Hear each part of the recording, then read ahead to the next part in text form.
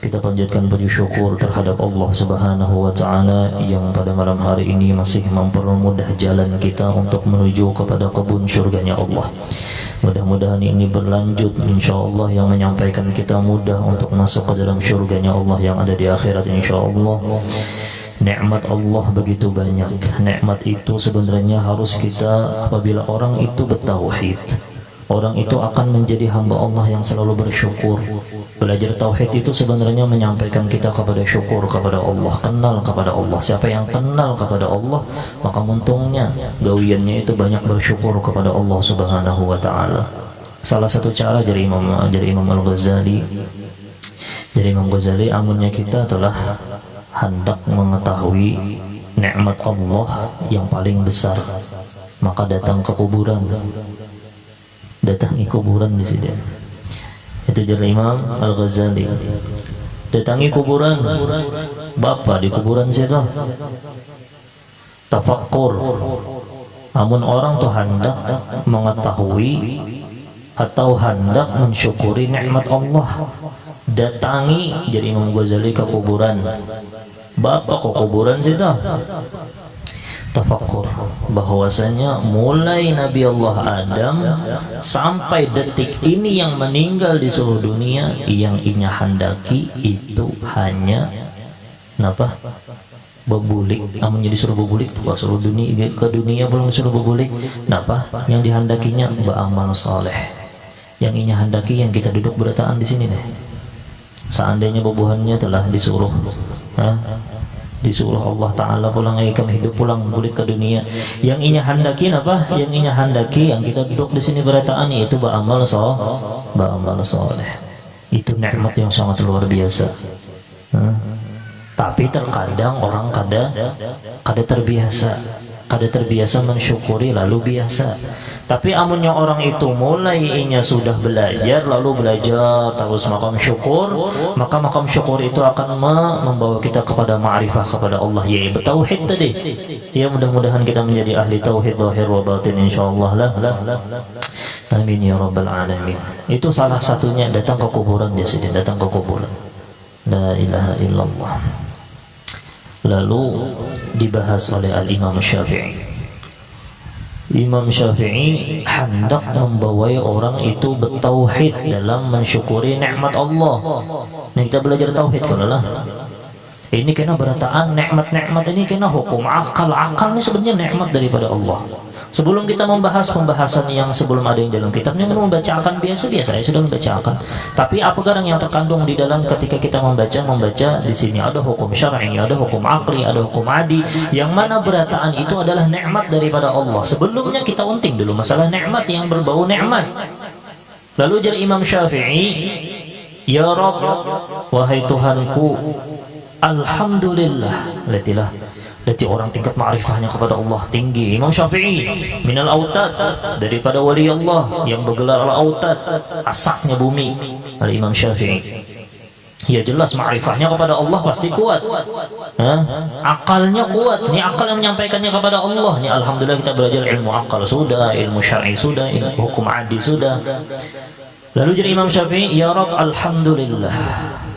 Alhamdulillah ulun bersyukur kepada Engkau ya Allah atas nikmat ulun bisa kenal dengan pemberi nikmat. Ini kada mensyukuri nikmat lagi. Nikmat itu nyata sudah diberikan oleh Allah. Tapi kayak apa? Naik pangkatnya ya Allah, alhamdulillah ulun bisa mengenal yang memberi nikmat. Dalam mulanya Imam Syafi'i radhiyallahu anhu, ya, nikmatnya itulah in syakartum la azidannakum. Amun kita sudah bersyukur kepada Allah, Allah Ta'ala pasti nambah-nambah nikmat tersebut. Tapi yang disyukuri oleh Imam Syafi'i, ketika aku bisa mengenal Engkau wahai Allah yang memberi nikmat. Orangnya yang diunting, nikmatnya itu fani, nikmatnya itu binasa. Tapi yang mempunyai nikmat, yang memberi nikmat baqi, kekal. Dengan kekekalannya Allah Subhanahu wa Ta'ala yang bersifat baqa. Karena kita belajar la ilaha, yang memberi akal siapa? Yang memberi akal Allah.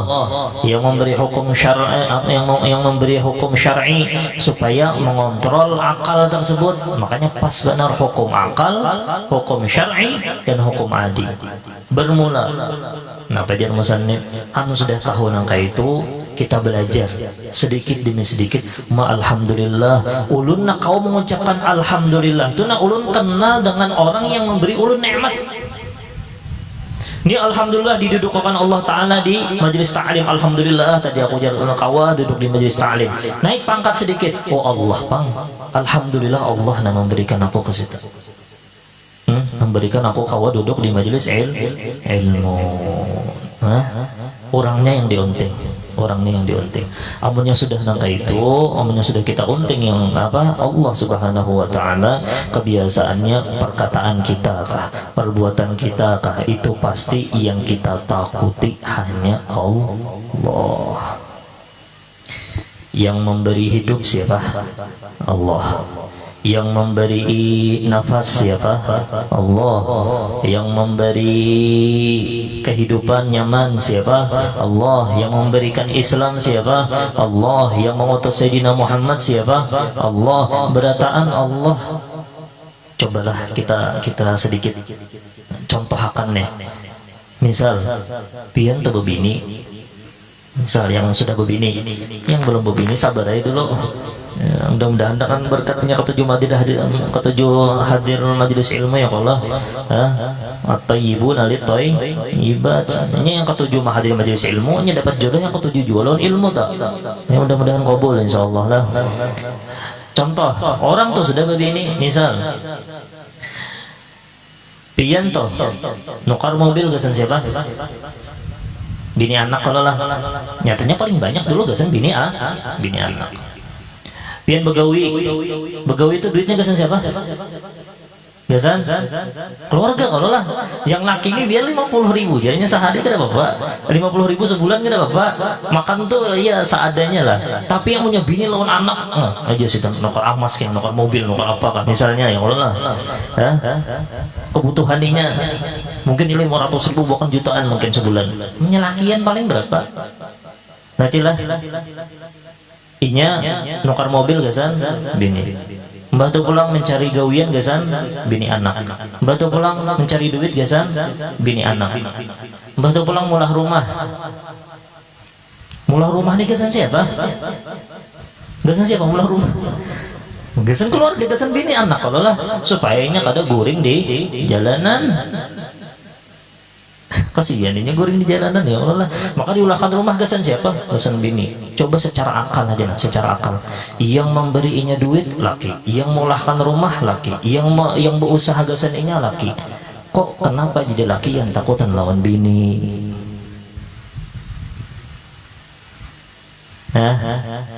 Kenapa masih ada laki yang takutan lawan bini? Harusnya apa? Yang takutan tuh siapa? Harusnya yang takutan tuh bini. Kenapa? Seberataan nih jiwa raganya itu gasan keperluan bini. Coba amun diketahuitakan. Yang memberi apa? Yang memberi nikmat berataan siapa? Harusnya yang paling kita takutan nih maulah kita kada takutan lawan Allah. Harusnya siapa? Harusnya kita takutan lawan Allah. Kalau bina kada dibarisidin lagi. Nang bini kita juga kalau pindah dikeluarkan lagi pada rumah, yang mulahkan rumah siapa? Jangan tapa. Ini misal aja bang lah. Misal di sini kedada insya Allah yang takutan bini kedada insya Allah lah. Artinya sama-sama kayak itu sama-sama. Yang mudah-mudahan diberikan keberkahan oleh Allah Subhanahu wa Ta'ala. Insya Allah keluarga kita berataan insya Allah. Ini contoh aja, contoh supaya orang bujur-bujur kemana buka hakan ke tauhid, ke situ bukanya. Ada mungkin kalau lah seluruh nikmat daripada ujung rambut sampai ujung batis, lahir dan batin, yang memberikan itu Allah. Maka yang paling kita takutani Allah. Kayak apa caranya bersyukur atas nikmat Allah? Contohnya kayak dua laki bini, harusnya yang bersyukur bini nabi si laki nang kayak itu mau ongkosoinya. Bersyukur artinya terima kasih. Nang kayak itu tah. jangan terpaling lah, jangan lagi sudah nangka itu.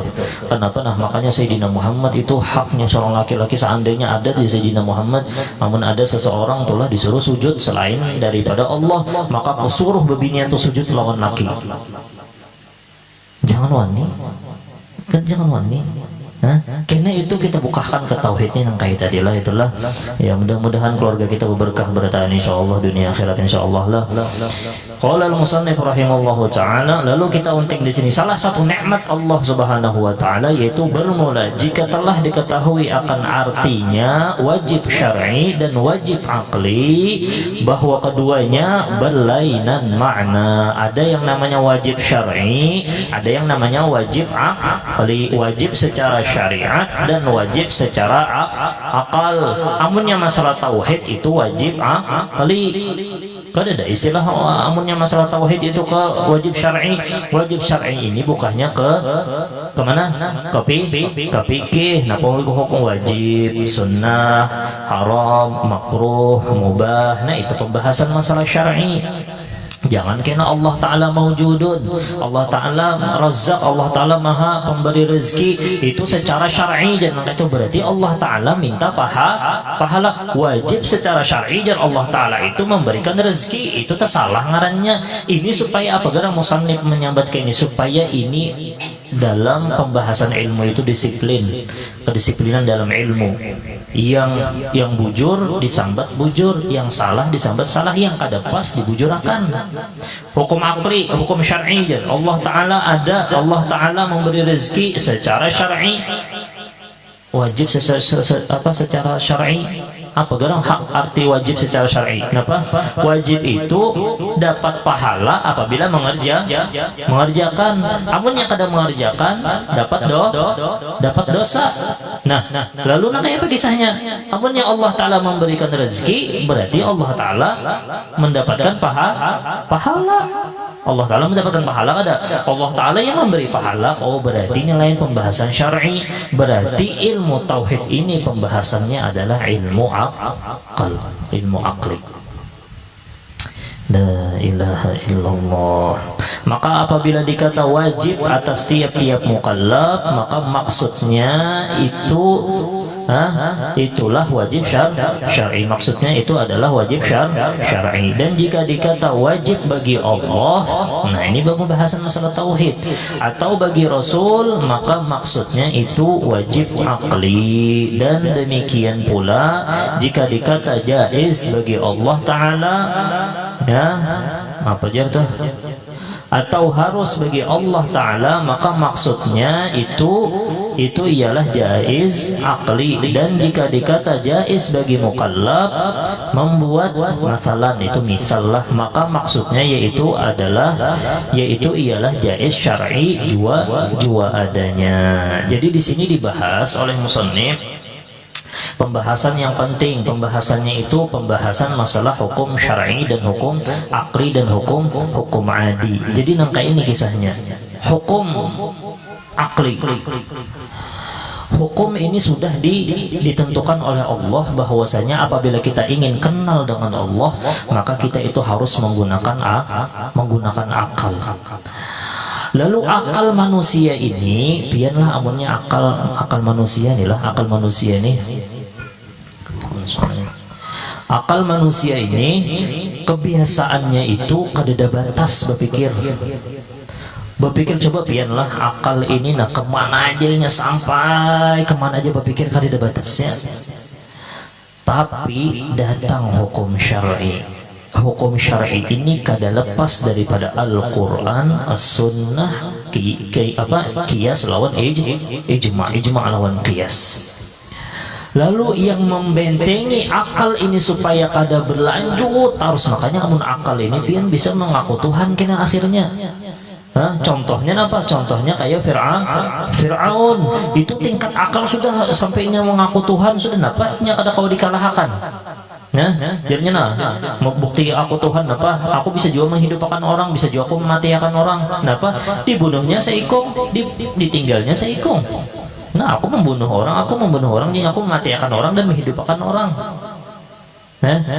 Itu akal manusia. Lalu datang syariat yaitu hukum syar'i. Nah ini pembatasannya, batasannya itu apa? Amunnya keluar daripada metode Al-Quran, keluar daripada sunnah, keluar daripada ijma' lawan qiyas, maka itu sudah akal stop, jangan lagi sudah memikirkan itu. Itu ini memikirkan masalah yang kada pasti misalnya, yang kada pasti, yang berpikirannya yang kada jelas, ya kena ujung-ujungnya napa? Ujung-ujungnya kada beradab berarti lawan Allah. Kada beradab kena lawan Allah subhanahu wa ta'ala. Lalu kena datang pulang hukum adi. Nangka itu bang kehidupan manusia. Imbah inya datang daripada hukum akli, bahwasanya inya yakin bahwasanya oh Allah Ta'ala itu ada. Oh mustahil kada yakin inya bahwasanya Allah Ta'ala itu ada. Bahwasanya Allah Ta'ala ada ini dengan keadaannya makhluk. Kada mungkin yang menciptakan yang bagus benar ini kededa orangnya. Artinya jadi sorangan itu mustahil. Artinya ada yang menciptakan, yang menciptakannya yaitu siapa? Allah, yang artinya musabbibul asbab tadi. Wajibul wujud, musabbibul asbab, yang menyebabkan sebab itu siapa? Allah subhanahu wa ta'ala. Nah, lalu kebiasaannya orang itu imbah sudah mengenal Allah subhanahu wa ta'ala, sudah kenal nih lawan Allah subhanahu wa ta'ala, lalu Allah ta'ala, nah amun ikam sudah kenal lawan aku, maka pelajari supaya kayak apa ikam sampai lawan aku. Belajarnya apa? Hukum syariat. Nah, harus ada pelatihan. Orang tulah belajar harus ada latihan. Tahulah pelatihnya siapa lah? Pelatihnya ya diutus oleh Allah subhanahu wa ta'ala Rasul. Pelatih yang paling bagus, pelatih yang paling keren, pelatih yang paling super huwa Sayyidina Muhammad sallallahu alaihi wasallam. Allahumma shalli ala Sayyidina Muhammad. Lalu dilatih oleh Allah subhanahu wa ta'ala. Allah ta'ala jadinya Allah ta'ala akuna ada dalilnya alam semesta. Oh akal kita ini suruh berlatih memikirkan nih amun orang hendak berlanjut kepada tauhid, berlatih.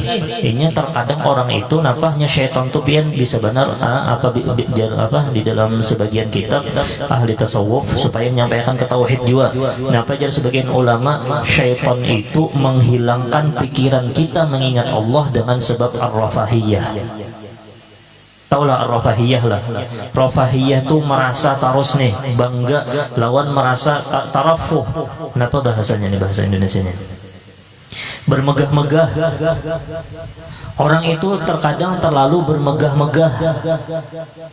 Bermegah-megah itulah yang menghilangkan pikiran kita kepada Allah subhanahu wa ta'ala. Kenapa? Karena kemegahan itu sebenarnya milik Allah subhanahu wa ta'ala. Terlalu mengagungkan sesuatu, akhirnya apa? Akhirnya kemegahan itu menancap di dalam hati bahwasanya ada yang lebih besar daripada Allah tanpa inya sadari. Kurang inya mengucapkan Allahu Akbar itu sudah, amunnya sudah mengucapkan Allahu Akbar berarti hanya Allah yang maha besar. La ilaha illallah Muhammad Rasulullah sallallahu alaihi wasallam. La ilaha illallah. Itulah makanya amunnya kita sudah kenal dengan Allah, dengan syariatnya, dengan melalui pelatih yang sangat luar biasa. Pelatih itu sebenarnya pian amunnya akalnya aja adalah pelatihan gitu. Alam semesta ini sebenarnya jadi pelatih. Tapi ada yang lebih hebat pelatihnya yaitu Sayyidina Muhammad sallallahu alaihi wasallam. Misal kita lah melihat gawian kita aja, nah gawian kita latihan dulu. Kita tuh hendak mengenal Allah, kita tuh hendak sampai kepada Allah, menyebutkan bahwasanya la ilaha illallah. La ilaha illallah itu perlu pelatihan. Ada yang melatih supaya sampai kepada la ilaha illallah. Misal bergerak, bergerak. Secara akal yang bergerak ini siapa? Yang bergerak ini siapa? Tangan kalau lah. Yang menggerakkan siapa? Yang menggerakkan kita berkehendak, iyalah. Tapi yang memberikan kudrat supaya tangan ini kau bergerak siapa? Allah Subhanahu wa taala. Nah, akal yang menyampaikan kepada situ nih, ini adalah pelatih bagi akal, bagi akal. Ini jijin dulu. Hah? Makanya orang itu kebiasaannya juga melatih untuk sampai ma'rifah kepada Allah. Kada usah jin, kada usah memikirkan sesuatu yang besar-besar dulu, kada usah makan. Jadi pelatih makan toh. Jadi pelatih gesan apa? Latihan supaya, makanya latihannya itu kena ada di hukum adi. Yang kebiasaan-kebiasaan aja dulu. Kebiasaan-kebiasaan itu kena kepada syariat, lalu mau membuahkan hasil pahala. Yang mana pahala itu kena pelatihan berataan hukum syar'i dan hukum adi, melatih akal supaya bisa mengingat yang siapa garang yang memberikannya. Makanya disuruh hendak makan itu Bismillahirrahmanirrahim, supaya paham bahwasanya yang menganyangkan itu saya siapa? Yang menganyangkan nasi ke Allah kan yang menganyangkan kan? Yang mengenyangkan siapa? Allah. Makanya sunnah Sayyidina, makanya pelatih kita tuh hebat benar siapa? Sayyidina Muhammad sallallahu alaihi wasallam. Jadi Sayyidina Muhammad amun hendak masuk ke rumah bismillah, amunnya hendak makan bismillah, amun hendak minum bismillah, amun hendak berjalan bismillah. Ini ya hukum adi ini nah. Lalu disyariatkan oleh Sayyidina Muhammad dengan niat-niat yang soleh, maka itu melatih akal kita supaya menuju kepada hamba Allah yang bertauhid. Hanya menaja kalau lah syukur. Biasanya orang itulah amunnya dapat duit yang kenal benar atau dapat pangkat nak betakun. Setiap orang itu biasanya itu apa loh bahasanya lah. Allahumma shalli ala sayyidina Muhammad. Orang itu kebiasaannya terlalu terlena dengan kehormatan. Siapa yang kada minta dihormati? Apalagi minta pangkat. Orang bisi pangkat di desa, pangkat di provinsi, pangkat di kabupaten, bahkan pangkat di negara. Amunnya orang bertauhid, amun orang tuh bertauhid, inya kadahan apa untungnya kehormatan di kampung inya menjadi pembakal, kehormatan di provinsi menjadi gubernur, kehormatan di negara menjadi presiden. Sebenarnya inya kada paham jar Allah Ta'ala, jar Allah Ta'ala tahulah ikam pangkat, ikam kehormatan itu sebenarnya adalah ya rafahiyah tadi, yang syaitan tadi. Sebenarnya jar Allah Ta'ala, seandainya seluruh makhluk Allah memandang bahwasanya seandainya inya kada makan, kada mungkin jadi presiden. Jadi yang diunting itu apa? Oh, berarti nikmat makan itu lebih besar daripada nikmat kehormatan. Kehormatan itu melupakan lawan Allah ketika kita mensyukuri. Makanya kita itu disuruh kebiasaannya itu mensyukuri sesuatu yang halus-halus saja dulu. Kita mengingat Allah Ta'ala dengan sesuatu yang biasa-biasa aja dulu. Tapi sebenarnya apabila yang biasa itu kita bawa kepada Allah, kita ingat bahwasanya menyampaikan kita kepada Allah, itu kada biasa lagi sudah. Minum biasa ada, tapi gara-gara minum pelatihan kita menyampaikan ini, oh alhamdulillah nah aku maka kawa mengangkat banyu, alhamdulillah aku kawa minum, alhamdulillah aku kawa nukar, alhamdulillah aku kawa alhamdulillah mengenal yang memberikan aku nikmat untuk bisa minum. Ini akan menjadi luar biasa. Paham ya kalau lah. Nah, jadi makanya itu sudah diatur supaya ini pembahasan yang seberapa lembar ini supaya kita itu disiplin dalam ilmu yang syariat, yang hukum adi, yang secara akal, hukum akal. Yang hukum akal tadi membahas masalah ketuhanan, yang hukum syar'i itu membahas masalah hukum Allah, pencetusannya dan Allah Ta'ala, nah hukumnya ini wajib. Nah, lalu hukum adi ini ya kebiasaan, pelatihan untuk menyampaikan kita kepada yang maha kuasa. La ilaha illallah Muhammadur Rasulullah. Amun sudah tahu angka itulah, itu. Makanya di dalam Al-Quran apa? Innal ladina qalu rabbunallah tsummas taqim. tatanazzalu alaihimul malaika alla takhafu wa la tahzanu. Amunnya sudah kenal nang kaya itu bahwasanya secara akal yang ulun pada hita dia jin. Amunnya Allah Ta'ala itu secara akal Allah Ta'ala yang memberi kita rezeki, maulah kita kada takutan lawan Allah Subhanahu wa Ta'ala. Yang penting tuh apa? Yang penting tuh orang itu bertauhid di setiap pekerjaannya. Misalnya kita tuh hendak keluar rumah, ingatakan bahwasanya bismillahirrahmanirrahim. Keselamatan itu adalah milik Allah Subhanahu wa Ta'ala. Allah Ta'ala juga mentakdirkan kita kena selamat, tapi ingatakan bismillahirrahmanirrahim. Pembacaan apa yang sudah dianjurkan oleh pelatih kita, yaitu Sayyiduna Muhammad sallallahu alaihi wasallam.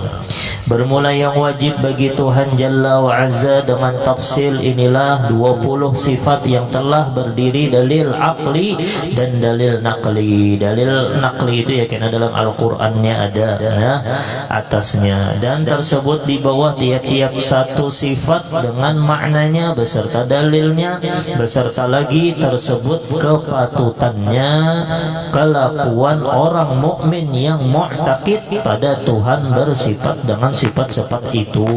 Karena kan Allah Ta'ala bersifat wujud. Lalu apa sifat manusia yang laik bagi orang yang mu'taqid, bagi orang yang mengiktikadkan bahwasanya Allah Ta'ala itu ada, apa amalannya? Itu kena dibahas satu persatu lah. Ini cuma secara ijmali aja. Itulah kelakuan mukmin yang sempurna imannya. Adapun lain-lain sifat Jalla wa Azza yang tiada ada hingganya banyak, maka wajib atas tiap-tiap mukallaf mengetahuikannya dengan ijmal saja di dalam perkataan muttasifun bikulli kamal. Ini Allah Ta'ala kena pian kita belajar kena satu persatu wujud, qidam, baqa, insyaallah kena kita belajar satu persatu insyaallah. Ini 20 sifat. Imbah tukang sifat Allah Ta'ala yang banyak itu apa? Kesempurnaannya cuma satu kalimat, muttasifun bikulli kamal. Artinya bersifat Allah Ta'ala dengan tiap-tiap sifat kesempurnaan. Sifat-sifat Allah Ta'ala yang sempurna ini kan ada 20 sifat. Lalu sifat Allah Ta'ala itu sebenarnya banyak. Kesimpulan daripada sifat Allah yang banyak itu apa? Bersifat Allah Ta'ala itu dengan sifat kesempurnaan.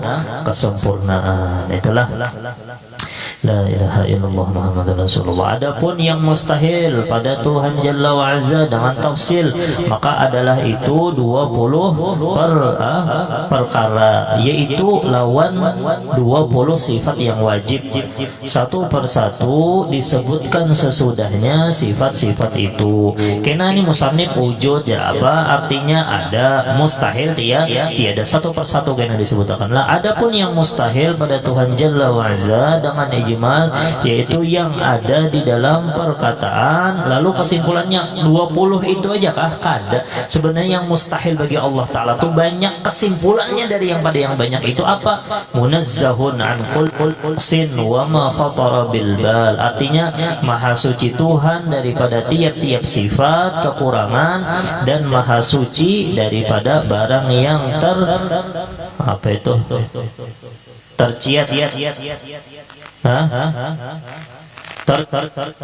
tercita-cita di dalam hati. Bermula maka inilah 20 sifat Tuhan Jalla wa Azza. Yang pertama itu adalah wujud. Yang mudah-mudahan kita mendapatkan keberkahan daripada ilmu tauhid insyaallah lah. Yang penting seorang hamba itu harus kenal ketika inya jadi seorang anak, ketika inya jadi seorang abah, atau inya menjadi seorang mama, atau inya menjadi seorang dingsanak, atau inya kena berkata-kata, atau kena inya berakhlak, atau kena inya begawi, atau inya kena hendak bertindak. Yang paling pantas adalah ketika itu seorang itu harus mempunyai tauhid kepada Allah Subhanahu wa Ta'ala. Nang kaya apa caranya? Lihati pelatihannya Sayyidina Muhammad sallallahu alaihi wasallam. Intinya nang kayak ini aja sudah. Intinya nang kayak ini, cari sesuatu yang biasa-biasa aja dulu. Makan bismillah, itu pelatihan tak? Bismillahirrahmanirrahim. Oh Allah Ta'ala pang yang menganyangakan. Oh Allah Ta'ala pangkena yang kada menganyangakan nya contohnya nang kayak gini nah contohnya apa ya lah ini nah mikrofon yang ulun ikuti ini tanda kamu kita hendak bertauhid lawan Allah Ta'ala juga kebiasaan dalam kehidupan kita sehari-hari. Kertas lawan mikrofon kuat mana yang lebih cepat hancur, kuat kertas kah kuat mikrofon kah? Ayo hendak menguji orang yang bertauhid kayak apa? Hah? Mikrofon lebih kuat. Harusnya pian menjawab terserah ulun. Karena yang memegang sekarang siapa? Ulun. Kalau lah ulun hendak mendiamakan kertas, ulun hancur ini nah. Ulun catok pakai tukul. Ulun catok pakai tukul, ini cepat hancur. Tapi kertas ulun catok pakai tukul. Atau ulun diamakan. Ya. Ini apa contohnya dalam kehidupan kita? Sesuatu yang ada di dalam kehidupan dunia ini sebenarnya sudah diatur oleh Allah dan hanya Allah yang berkehendak. Jangan kita taharat inya jar pada aku nih kurus inya tuh sterek awak dia siapa? Orang terserah Allah Ta'ala bisa aja dimatikan Allah Ta'ala sekejap. Orang yang sterek tadi, yang kurus tadi napakah hanya tersangkut di manakah sekalinya kada mati. Oh yang kurus kerempeng ini kada mati, yang sterek ini mati, berarti siapa yang kuat? Yang kuat adalah kudratnya Allah subhanahu wa ta'ala. Nah itu contoh yang paling nyaman sudah. Jadi kededak istilah kita itu amun kita itu bertauhid, kebiasaannya kita tuh terlalu memponis sesuatu itu tanpa kita kada ingat lawan Allah. Kita tuh kada ingat lawan Allah. Harusnya ketika kita begawi apa aja ingat akan kita ini hamba yang bertauhid kepada Allah. Kayak apa caranya? Dengan akal. Pelatihannya di mana? Hukum adi. Pelatihannya itu di hukum adi, kebiasaan manusia ini lalu kena membawa kepada hukum syar'i. Oh ini boleh, ini kada boleh, ditentus oleh Allah Subhanahu wa ta'ala dan kada bisa keluar daripada Al-Quran, sunnah, ijma' lawan qiyas. Nah nangka itu tadi lah, jadi kada ada istilah misal mau bertakun lagi lampian misal ini banyu nih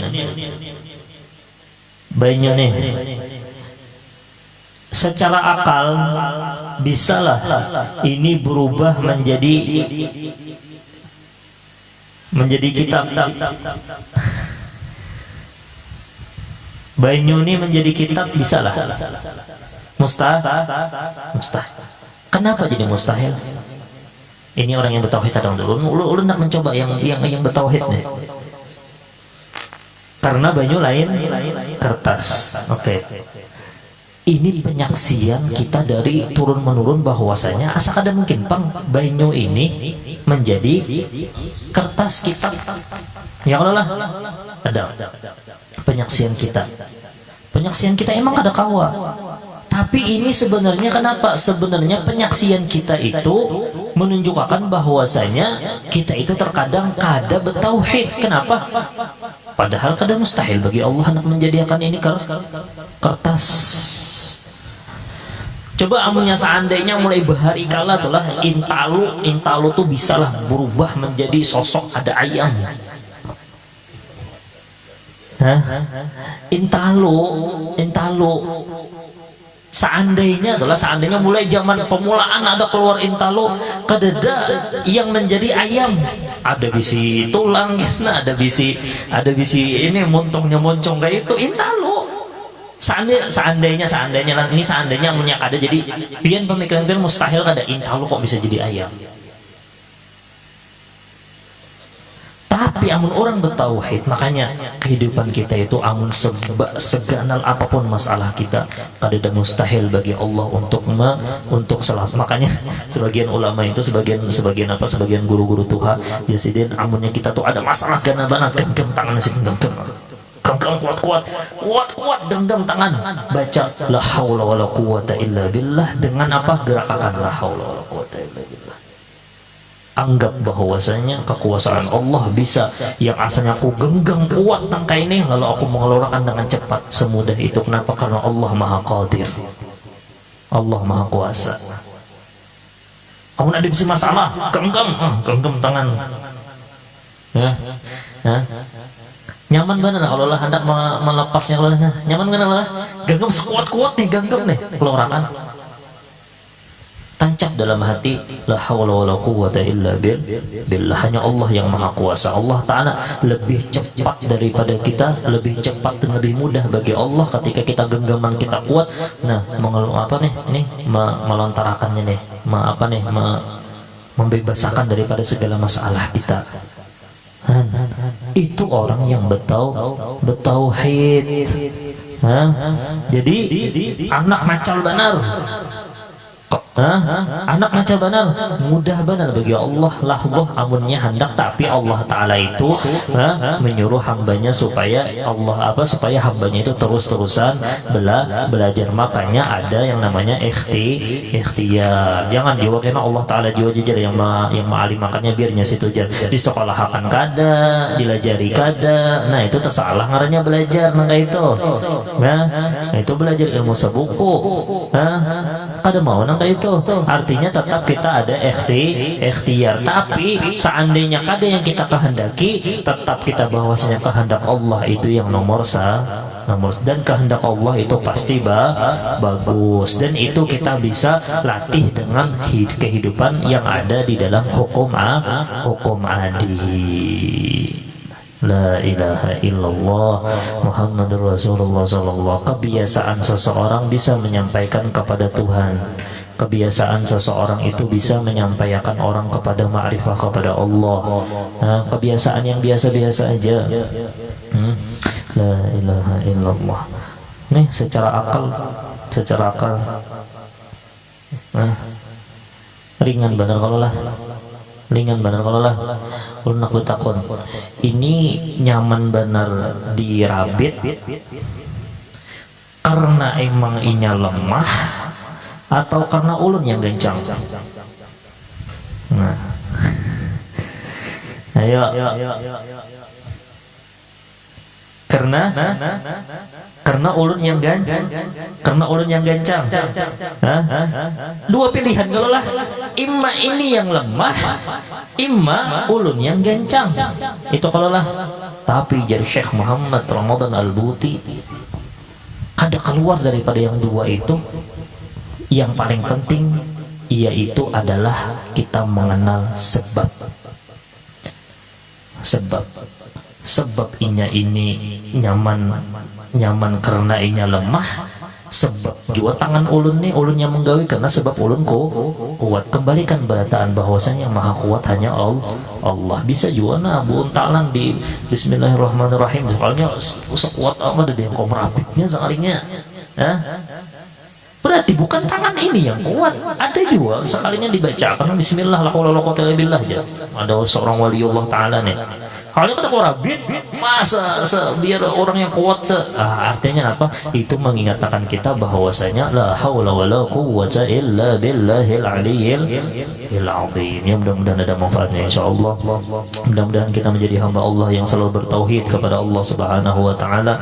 Ingatkan masalah apapun, besarnya kayak apapun, amunnya orang yang bertauhid maka itu akan mudah seperti inya membuka tangan ketika inya genggam keras.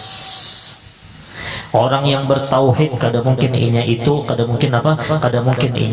akan merasa kesal atau merasa kada nyaman atau merasa gelisah apabila inya bertauhid bahwasanya ada aku bisi kawan yaitu Allah Subhanahu wa taala, orang yang paling berkuasa. Orang tuh amunnya hendak kemana aja, hendak ke padangnya Dayak padangnya yang kada bagus-bagus misalnya, tapi inya membawa Allah. Kada lagi, amunnya orang bertauhid itu istilahnya, amun orang sudah bertauhid maka inya kada lagi takutan selain daripada Allah Subhanahu wa taala. Yang mudah-mudahan ada manfaatnya insyaallah. Yang mudah-mudahan tadi kita adat-adat kita menyampaikan kita kepada ma'rifah kepada Allah Subhanahu.